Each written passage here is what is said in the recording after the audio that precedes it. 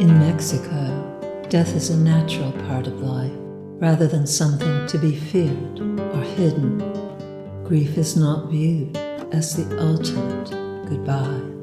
Dia de Muertos, the Day of the Dead, beloved and anticipated holiday, extremely spiritual in nature, integral to Mexican culture, honoring the bridge, connecting us with deceased ancestors and loved ones, celebrating their lives with vibrant traditions, offerings presented on an altar, food, music, and storytelling to keep their memory alive. Primarily observed on November 1st and 2nd, blending ancient indigenous rituals with Catholic traditions.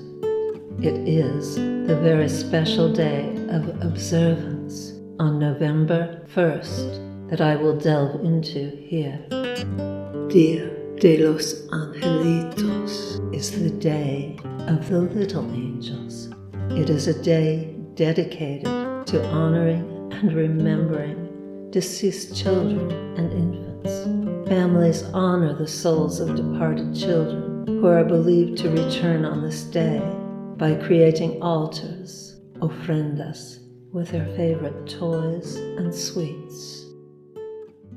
My arrival last October in Mexico was full of the very best surprises. One was Isolina, owner of the magical Casa Azul, where I stayed.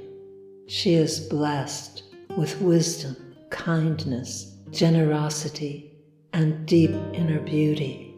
When I told her I wanted to create an altar for my son Benjamin, I was awestruck at the gift she gave in response. She immediately jumped up and began showing me some items she had tucked away for Dia de Muertos, past and future. I had no idea what she was about to put in motion. She asked me for a photo of Ben. Over the next couple of weeks, she took me to the bustling markets filled with offerings to delight the deceased. She put her small hand in mine, leading me to tiendas, shops, selling each necessary item. She explained to me that our celebration would be on a special day for children and innocents who have passed. She spoke only Spanish, but with my own knowledge and the help of Google Translate, it was an amazing time. At Casa Azul, there was much activity throughout October as an altar, ofrenda, was set up in the courtyard. Isolina's family and friends became involved. I was astonished at the amount of work given in pure goodness and generosity unfolding before me, culminating in a night for spiritual healing for me and my child. Objects placed on an ofrenda represent elements of water, wind, fire, and earth.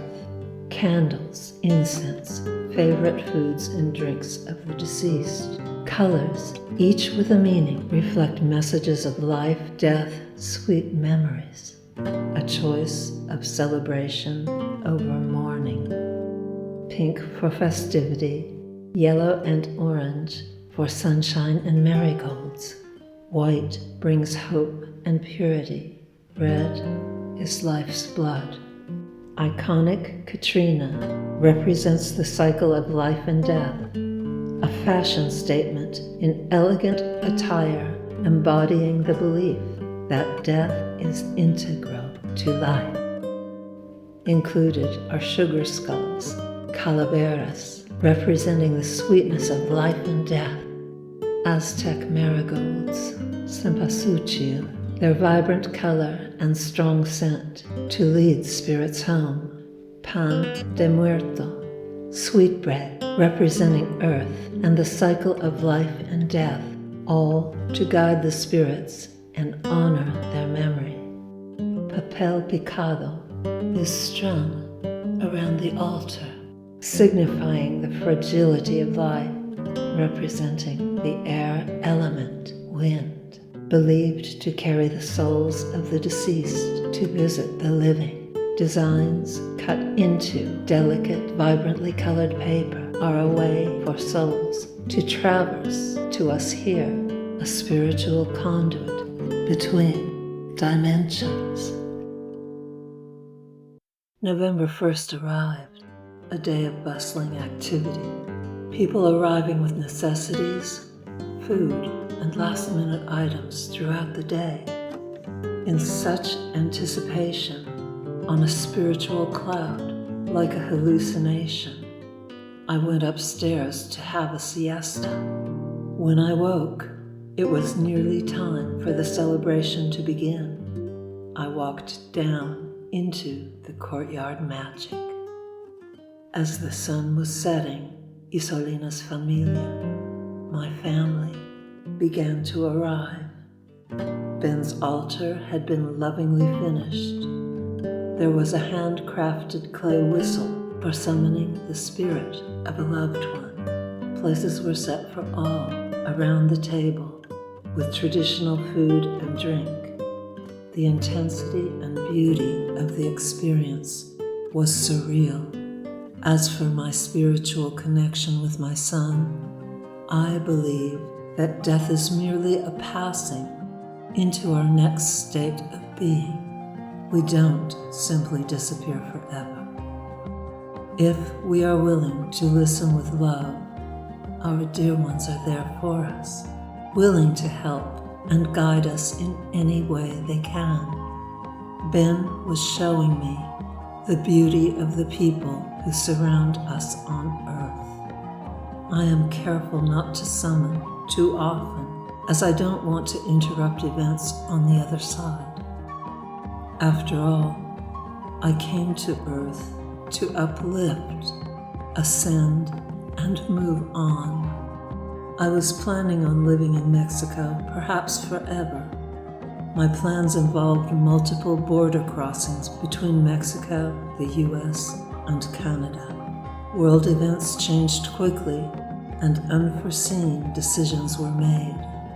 I miss and love my Mexican familia so much.